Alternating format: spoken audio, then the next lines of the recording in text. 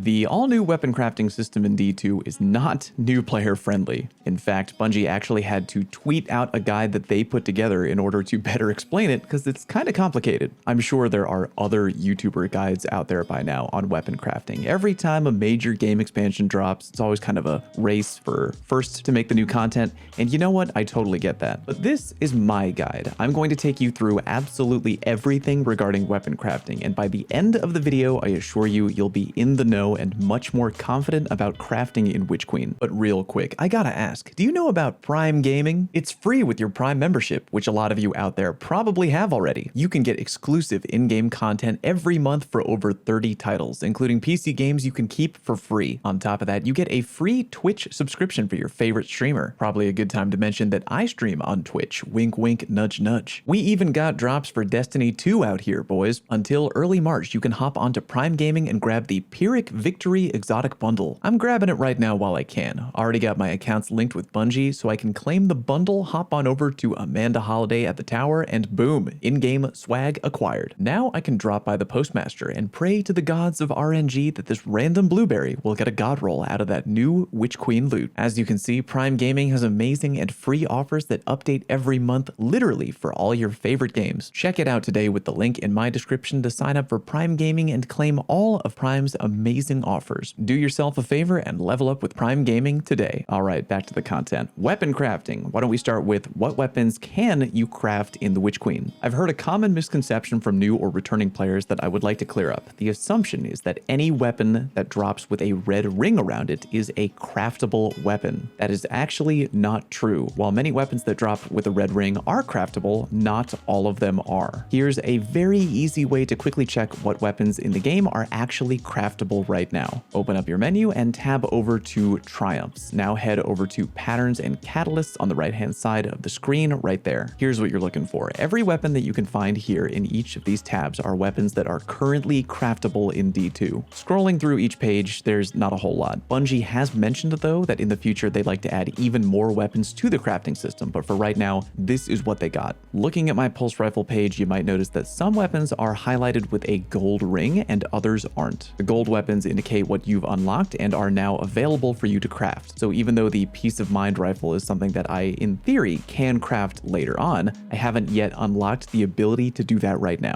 Okay, next question. If you have to unlock weapon patterns in order to craft them, how do you unlock weapon patterns? By hovering over a weapon pattern, it will show you what you need to do in order to unlock that pattern, which again is a blueprint for crafting the weapon. Most weapons require Deepsight resonance extraction. Here's what that means. You might notice that while playing the Witch Queen, occasionally you will get a weapon to drop with a red ring around it in your menu. I've heard people call these a few different things, but I'm calling them Deepsight weapons. Completing a Deepsight weapon is how you are able to unlock them for crafting. How do you complete a Deepsight weapon? Well, there's two ways. One, use the weapon a lot. Killing enemies in either PvE or PvP will give you progress on your weapon. If you're looking to just grind out a weapon really quickly, you can load up the Shirochi checkpoint in the Last Wish raid. If you're a new player, the Shirochi checkpoint is an infamous grinding location in D2 located in the Last Wish raid. I won't get into it now, but there are a ton of videos and guides out there that show you how to load up the Shirochi checkpoint using something called the Wish Wall. Go check that out. You can also just load up the Grasp of Avarice dungeon and grind out enemies there in the very first encounter if you're too lazy to bother effing around with the Wish Wall. Quick reminder that the Thrallway was officially nerfed by Big Daddy Bungie. Do not farm in the Thrallway location anymore for any reason ever. You will get no XP. Anyway, the second way to complete a Deepsight weapon is to have it equipped when you finish any in-game activity. You can take advantage of that to gain extra weapon progress every now and then if you remember to equip your Deepsight weapons when you know an activity is about to end. About to finish a run of the new Wellspring activity, open your menu and pop on a few Deepsight weapons. The activity finishes and bam, you get a free chunk of progression on your Deepsight weapons.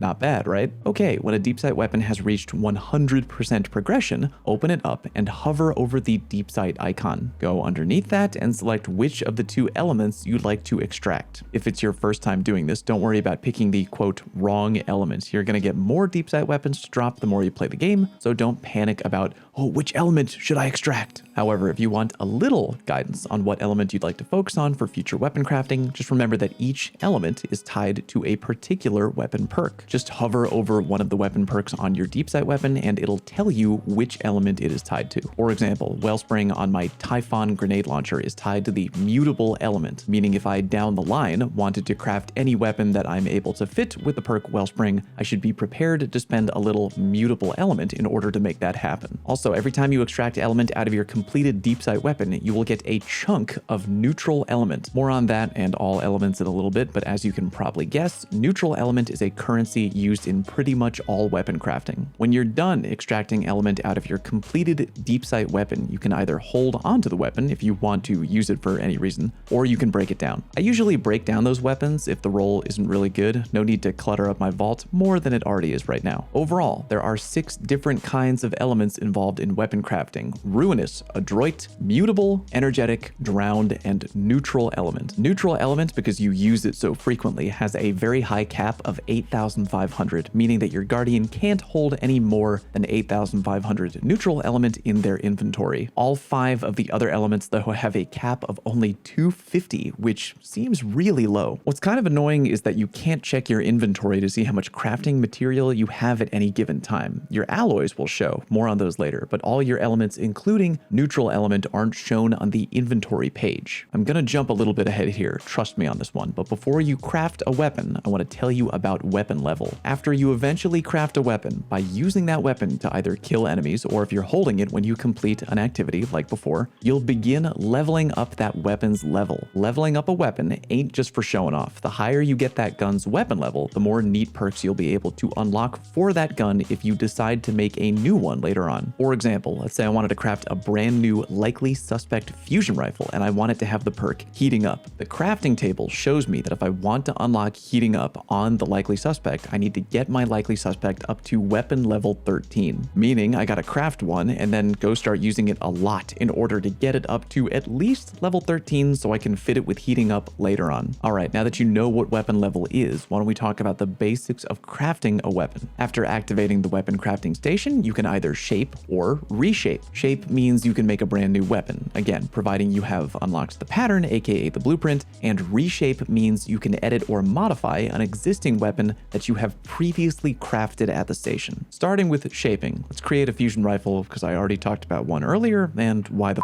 not. I pick the likely suspect because I have the pattern unlocked, and first I have to pick the weapon frame. Starting out, you're only going to have one option, whatever the default frame is. Later, at higher weapon levels, which again we just talked about, you will be able to pick an enhanced frame that gives you a bonus weapon stat. Eventually, I'd probably like to make a fusion rifle with an extra 10 stability on it, but that requires weapon level 7, so I'll have to do that at another time. Now you have to pick what perks you want to put on your fusion rifle. Again, at the very beginning of weapon crafting, you're only going to have limited options. I can pick only one of 2 barrel options on my fusion rifle because the other ones require my weapon level to be higher. Again, you bump up your weapon level by using any weapon that you've crafted already. On the final 2 perk columns, you might notice that some weapon perks have a yellow arrow next to them. Those are enhanced perks and give slightly better benefits than the regular perks. For example, regular firmly planted just has the word increased in the description, while enhanced firmly planted has greatly increased in the description. So naturally, for crafting the best overall weapons, you're going to want to fill them all with an enhanced weapon perk. The only problem is that doing that requires Ascendant Alloy, a rare weapon crafting material in high demand. I made a video the other day on all current known methods of both getting and farming Ascendant Alloy. Go look up that video if you want to know how to farm that material. For now, I'm just going to make a fusion rifle with regular perks because both my weapon level is low and I'm currently out of Ascendant Alloy. The final slot features a memento socket. Mementos allow you to put on unique cosmetics and trackers. Sounds like fun, but we're kind of early in Witch Queen right now. I don't currently have any unlocked, but some people do. TLDR, if you're into weapon fashion, keep your eyes peeled for more info on mementos in the future, depending on what weapon you're trying to craft. Finally, we come to the final slot. Imagine this as your overall weapon receipt. Here, I've got my entire cost of forging a brand new fusion rifle all tallied up. To finally make my fusion rifle, I'm going to spend 5 resonant alloy, 10 10k glimmer and 750 neutral element, which I definitely need more of because I only have 920 left right now. I hold down the button to shape my weapon and bam, we now have our brand new, freshly crafted fusion rifle. Now that I have my fusion rifle made, I should probably start using it. Remember earlier I mentioned I'd like to have one with the perk heating up on it? Well, that requires weapon level 7, and my fusion's only at weapon level 1 right now. So I'm gonna go out into the game and start vooping people left and right to get that weapon level up. And there you go, all D2 Witch Queen crafting in a nutshell. If you're thinking it's gonna require a lot of grinding,